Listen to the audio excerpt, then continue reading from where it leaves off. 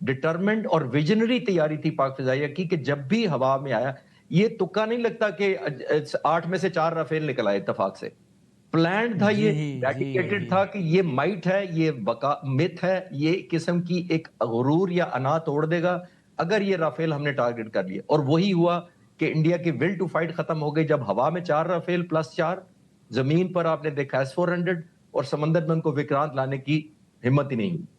ہمت ہی نہیں. کیا بات ہے. Thank you so very much. بہت بہت شکریہ خالد صاحب, بہت شکریہ وقار صاحب, بہت شکریہ وجی صاحب. الحمدللہ ہم بہت عاجزی کے ساتھ, بہت فخر کے ساتھ, لیکن تکبر اور غرور کے ساتھ نہیں, بلکہ بہت عاجزی اور خندہ پیشانی کے ساتھ اللہ تعالیٰ کا شکر ادا کرتے ہیں اس 1 سال کی تکمیل پر کہ اللہ تعالیٰ نے, اور یہ ساری باتیں ناظرین جو آپ سن رہے ہیں, یہ کوئی 100-150 سال پرانی بات نہیں ہے, یہ کوئی کہانی افسانہ نہیں ہے, یہ آج سے 1 سال پہلے کی بات ہے. اور یہ وہ پاکستانی پرسپیکٹو ہے جو کہ دنیا بھی کنفرم کرے. یہ ایسا نہیں کہ جی ہم اپنی آپس میں بیٹھ کے خوش ہو رہے ہو جی کمال کر دیتا ہے جی, نہیں, رافیل اگر گرا ہے تو گرا, اس کمپنی نے مانا ہے, ٹیلی گراف, لیمون, رائٹرز, الجزیرہ, CNN, یعنی یہ سب دنیا مانتی ہے کہ یہ سارا کام ہوا ہے جو کہ آپ نے ابھی سنا.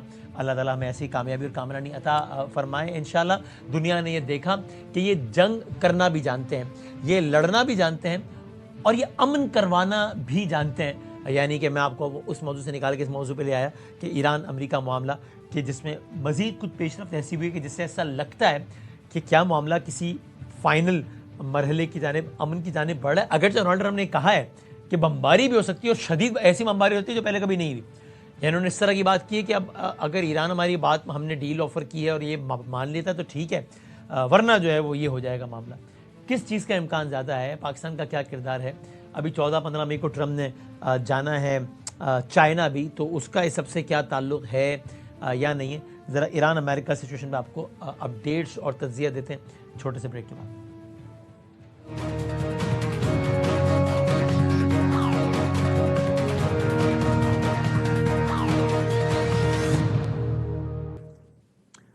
خوش آمدید. امریکہ ایران جنگ کیا کسی مرحلے کی جانب بڑھ رہی ہے؟ وہ مرحلہ حتمی ہے, اور مرحلہ کیا ہے؟ وہ مرحلہ ایک سیز فائر کا ہے, ایسی سیز فائر کی جس میں تمام معاملات طے پا جائیں. وہ مرحلہ سیز فائر ویسے اس وقت تو ہے, یعنی کچھ ایسی کسی ایسی ڈیل کا, ایسے معاہدے کا جس میں تمام معاملات طے پا جائیں, یا کسی ایسے معاہدے کا جس میں کم از کم یہ طے پا جائے کہ نہیں اب بمباری کی تو کوئی آپشن ہی نہیں ہے, اب ہم آہستہ آہستہ چیزیں طے کرنے کی جانب بڑھیں گے. یا وہ مرحلہ بمباری کا ہے. ذرا اس کو ہم سمجھنے کی کوشش کرتے ہیں. ایک تو یہ کہ ڈونلڈ ٹرمپ نے خود ہی جو بلاکیڈ لگایا تھا, انہوں نے کہا تھا کہ یہ بلاکیڈ تو نہیں کھلتا بھائی جان, یعنی کہ اگر ایران آپ نے ہرمز نہیں کھولے گا تو پھر یہ نہیں ہو سکتا کہ ایران آپ نے ہرمز باقیوں کے لیے بند کریں اور ایران کے لیے کھلا رہے, نہیں, پھر بلاکیڈ ہوگا, پھر ایران میں بھی کوئی جہاز جائے گا بھی نہیں اور آئے گا بھی نہیں. ڈونلڈ ٹرمپ نے بھی یہ کہا کہ میں پاکستان کی درخواست پر اور کچھ اور ممالک کی درخواست پر, اس میں سعودی عرب سر فہرست تھا, یہ ہمیں شہباز شریف صاحب کی ٹویٹ سے اندازہ ہوا, میں یہ بلاکیڈ ختم کر رہا ہوں, اور ابھی دیکھتے ہیں تاکہ ہم دیکھ لیں کہ ایران کے ساتھ جو بات چیت ہو رہی ہے وہ کسی مرحلے پر پہنچتی ہے یا نہیں. یعنی کہ ناٹ ایگزیکٹلی بلاکیڈ, اس بلاکیڈ کے دوران جو پروجیکٹ فریڈم کا کہا تھا ڈونلڈ ٹرمپ نے, پروجیکٹ فریڈم کا, کہ بھئی میں یہ جہاز گزروا دوں گا یہاں سے, اس کو میں ابھی روکتا ہوں. بلاکیڈ افیکٹو جو ہے وہ کنٹینیو رہے گا, اور پھر دیکھتے ہیں کہ اس دوران ہماری ڈیل ہو جاتی ہے نہیں آتی.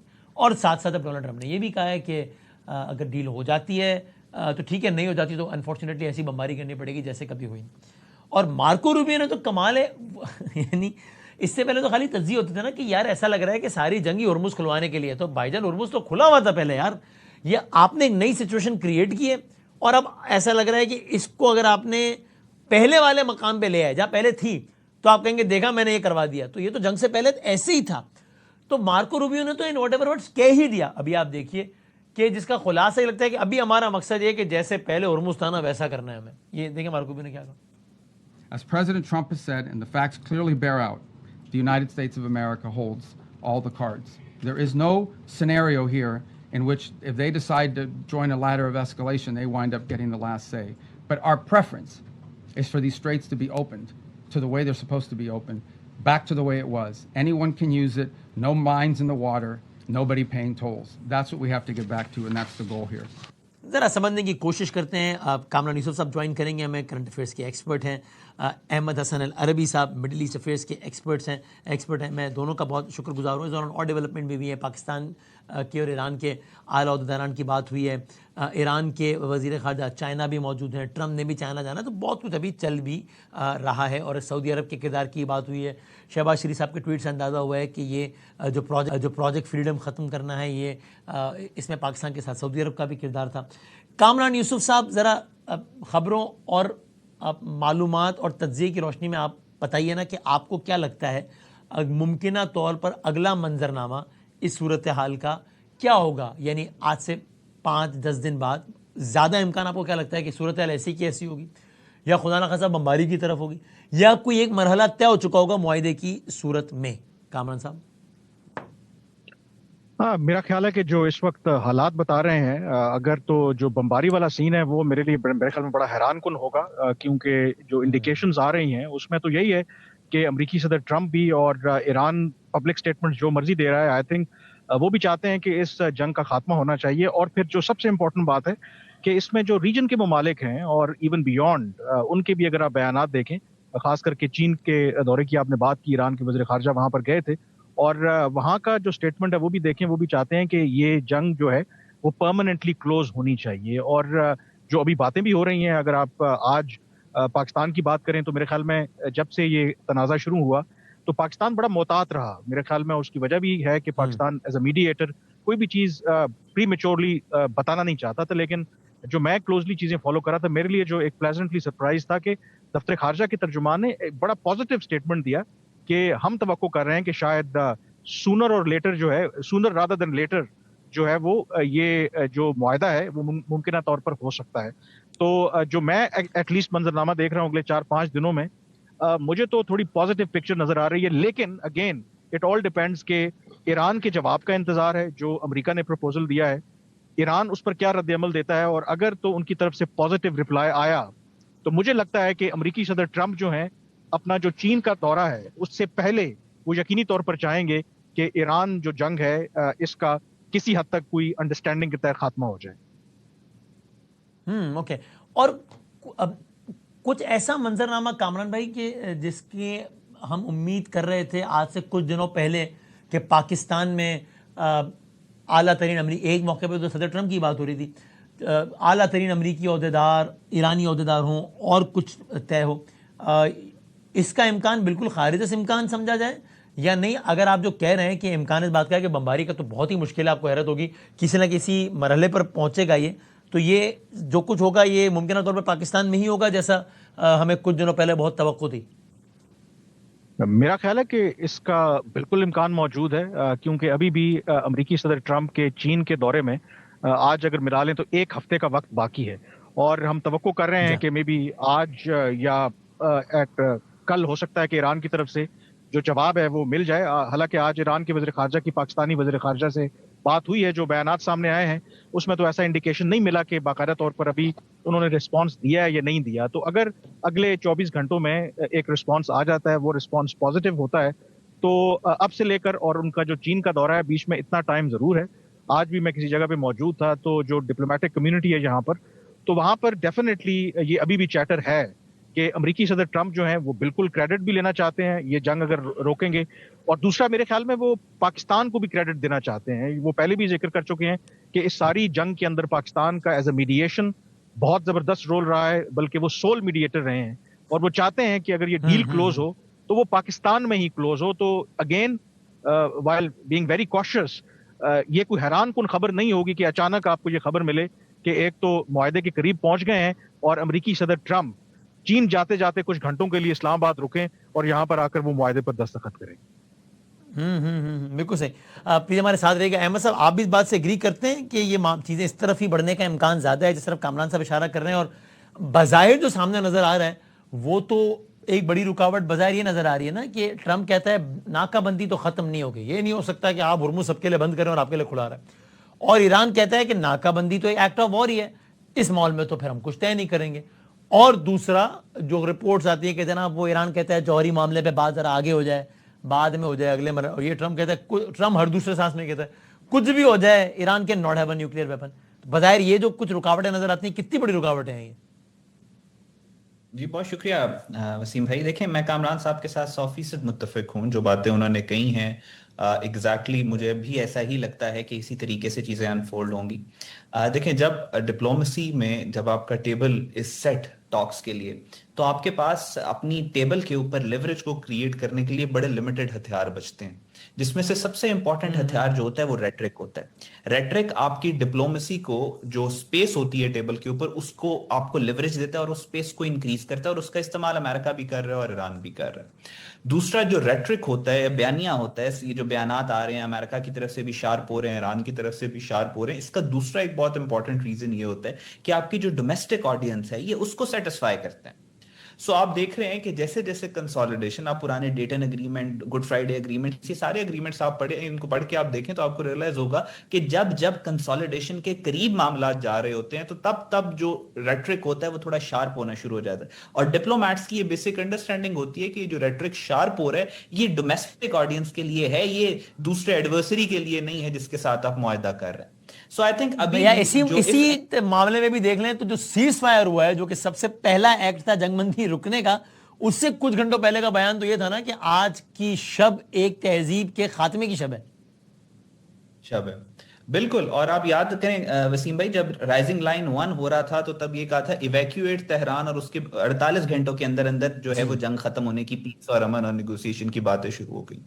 سو یہ بڑا ایک امپورٹنٹ چیز ہوتی ہے. دوسری امپورٹنٹ بات یہ ہے کہ یہ اب اس کا جو لاجیکل کنکلوژن ہے نا, یعنی جو لاجک اور جو سینس کی بات ہے وہ یہی ہے کہ چیزیں اب آگے جو ہے کنسالیڈیشن کی طرف جائیں گی. ہاں اس میں ٹائم زیادہ لگ سکتا ہے, اس کے اوپر کسی کی کوئی اختیار نہیں ہے. ٹائم تھوڑا 50 سال کا بیگیج ہے, ہم ڈیفائن نہیں کر سکتے کہ 1 مہینے میں 2 مہینے میں کیسے ہوگا. ایک اور آپشن بھی اس وقت چل رہی ہے جو کہ مجھے لگتا ہے اچھی سینسیبل آپشن ہے, اس کو بھی کنسیڈر اگر کیا جائے کہ فیزز کے اندر آپ معاہدہ کر لیں. جن معاملات پہ آپ اگری ہو گئے ہیں آپ وہ معاملات سامنے رکھیں, سب سے پہلے اس کے اوپر ایک اگریمنٹ کریں. اس سے سپوائلرز کو بہت زیادہ نقصان پہنچے گا اور آپ آگے ایک سٹیپ فردر ہو جائیں گے ایک فریم ورک کے لیے. دوسری جہاں تک آپ نے نیوکلیئر کی بات کی ہے, دیکھیں آپ اٹھا کے دیکھیں پچھلے 20 سال کی, Iran has been very sensible, very sensitive اور flexible about the nuclear program. JCPOA کی مثال ہمارے سامنے ہے, جوائنٹ اس میں انہوں نے بڑی flexibility شو کی تھی. لیکن ہاں ڈومیسٹک جو آڈینس ہے اس کا ایک وہ بات ہوتی ہے. امریکہ نے بھی پچھلے 20-25 سال سے ایک بڑا ویسٹرن میڈیا نے باقاعدہ طور پہ اس پہ انویسٹ کیا تھا ایران کے نیوکلیئر پروگرام کو, ایران کی لیڈرشپ کو ڈیمونائز کرنے کے لیے. تو وہ اس وجہ سے وہاں ان کا یہ بیانیہ ہے کہ ہم Iran can not have a nuclear جو بامز ہیں. سو اس سارے کو ہمیں جو ڈومیسٹک آڈینس اور ریٹرک کی جو اسٹرینتھ ہوتی ہے نیگوسیشن سے بالکل پہلے, اس کو ذہن میں رکھ کے اس کو اینالائز کرنا چاہیے. اس کے علاوہ چیزیں ساری پازیٹیو ہیں, انڈیکیٹر سارے پازیٹیو ہیں, and I am very hopeful آنے والے چند دنوں کے اندر جو کنسالیڈیشن ہے اس کی سیز فائر کی وہ ہو جائے گی. اور یہ کامران صاحب یہ تو بتایا نا, یہ بار بار وہ یہ کہتے ہیں ڈونلڈ ٹرمپ کے نہیں جی ایران کے not have a nuclear. Marco Rubio بھی کہتا ہے کہ یار دیکھو 100 باتوں کی ایک بات یہ, دیکھو نیوکلیئر بم ان کو نہیں بنانے دے سکتے. وہ کہتے ہیں جی گیس یہ پیٹرول مہنگا ہو گیا ہمارے یہاں, وہ کہتے ہیں دیکھو یار وہ پیٹرول تو مہنگا ہو گیا لیکن یہ اس کے مقابلے میں تو کوئی قیمت نہیں ہے نا کہ سوچو اگر ایران ایٹم بم بنا لیتا. وہ کوئی بھی سوال ہوتا ہے مجھے لگتا ہے جس سوال کو ان کے پاس جواب نہیں ہوتا ہے, ڈیفینس نہیں ہوتا ہے, چاہے وہ ان کی کمیٹیز میں ہو یا وائٹ ہاؤس کی پریس کانفرنس ہو, اس کے جواب میں کہتے ہیں دیکھو بات تو آپ کی ٹھیک ہے لیکن سوچو اگر بم بنا لیتا تو کیا ہوتا. تو یعنی اس کو ذرا ایکسپلین کریں کہ یہی تو ہمیں بتا رہے تھے پچھلے جون میں کہ ہم نے اوبلیٹریٹ کر دیا ہے, نیست و نابود کر دیا ہے, ختم تباہ, بنا ہی نہیں سکتا آج اب نیوکلیئر بم ایران. آج یہی کہہ رہے ہیں کہ ہم اس لیے کر رہے ہیں کہ یار دیکھو ورنہ ایٹم بم بنا لیتا. تو مطلب اس کا کیا مطلب ہے؟ وہ تب جھوٹ بول رہے تھے کہ اب اگر آپ نے اوبلیٹریٹ کر دیا ہے ایک ملک کی نیوکلیئر فیسلٹی کو تو پھر آج آپ 8 مہینے بعد دوبارہ کیوں بول رہے ہو کہ یار میں اس کو اس لیے ماروں گا کہ ورنہ نیوکلیئر بنا لے گا نا. آئی تھنک جو اس کی سب سے بڑی وجہ ہے کہ جب آپ کسی جنگ میں بغیر کسی کلیئر آبجیکٹو کے جاتے ہیں تو پھر یہی حال ہوتا ہے. کیونکہ یہ جو امریکہ نے اسرائیل کے کہنے کے اوپر جو ان پر چڑھائی کی اور جو ان کی شاید ایکسپیکٹیشن تھی کہ لائک وینزویلا کی طرح یا ہم اگر بمباری کریں گے تو وہاں پر شاید رجیم چینج ہو جائے گا, وہ ایسا ہوا نہیں. اور اب اپنی عوام کو جو ریٹرک کی بات ہو رہی ہے وہاں پہ سوال ہو رہا ہے کہ آخر ہم نے یہ جنگ جو چھیڑی ہے, وہاں پہ لوگ سوال کر رہے ہیں اس کا آخر ہمیں کیا گول اس سے اچیو ہوا ہے ہمارا. تو وہ یہ بتانے کے لیے کہ دیکھیں, اپنی عوام کو بتانے کے لیے کہ یہ اس لیے ضروری تھا کہ جی بڑی ایمیننٹ تھریٹ تھی, کیونکہ ایران پر اگر ہم حملہ نہ کرتے تو وہ نیوکلیئر ویپنز بنا لیتے. یہ بات بالکل آپ ٹھیک کہہ رہے ہیں کہ پچھلے سال جون میں جب خود امریکی صدر ٹرمپ نے یہ کہا کہ ہم نے نیست و نابود کر دیا اور اب